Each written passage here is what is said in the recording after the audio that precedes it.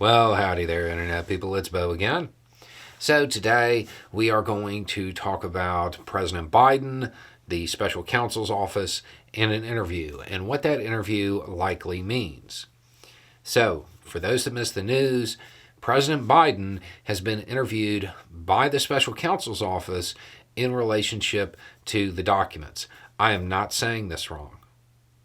President Biden was interviewed by the Special Counsel's office, but probably not the one you're thinking of. It's not Jack Smith, it's Robert Hur. If you remember, not too long ago, there was basically a couple of stories. Pence, Biden, they had loose documents, loose classified documents at their homes or offices or whatever. And when they were discovered, they were handed back in. Now, the Attorney General, Merrick Garland, appointed a special counsel to look into Biden, which that's the right thing to do. Biden apparently sat for an interview with the special counsel's office on Sunday and Monday. That's the news. So what does this mean? A couple of things. If Biden's attorneys were comfortable enough to let him sit with the special counsel's office for an interview, there's no there. There's no story. And it is unlikely that it will go further.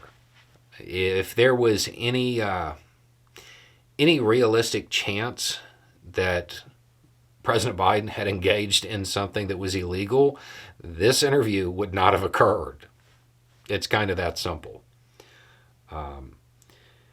It's also worth noting that generally speaking, these kinds of interviews come at the end of the investigation. There's no reason to talk to Biden before you talk to everybody else. Because if you're going to get incriminating evidence on Biden, you probably wouldn't get it from, the person that you're investigating. You would get it from other people first. Establish a timeline, a story, a narrative, all of that stuff, and have questions to ask.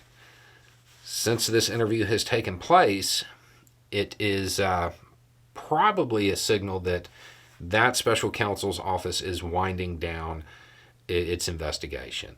It's worth noting that this was put together pretty quickly. At the end of August, there was a question about this. And Biden was basically asked, hey, are you going to be interviewed? Are you going to sit for an interview? And they were like, yeah, nobody's asked us to do that. So assuming that statement is correct, that means this was put together within a month or so. If the special counsel asked Biden right after that statement was made. So I feel like this is probably the end of this particular investigation. By the public statements, Biden was unaware of the documents. It's very hard to willfully retain something if you don't know it's there. There haven't been any reports suggesting that was false. No testimony from other people, nobody talking about how they had been interviewed by the special counsel's office and this is what they told them. Nothing like that.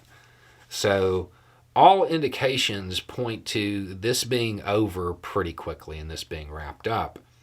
I would hope that regardless of the special counsel's determination, which I think we all have a pretty good idea of where that's headed,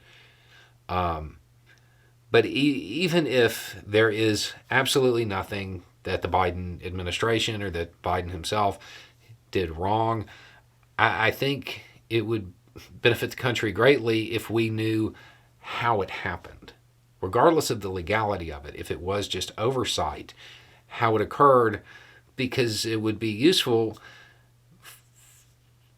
to make sure it didn't happen again, as it did with Vice President Pence. So even though this is unlikely to produce an indictment, at least by everything that we've seen so far, hopefully it won't be wasted.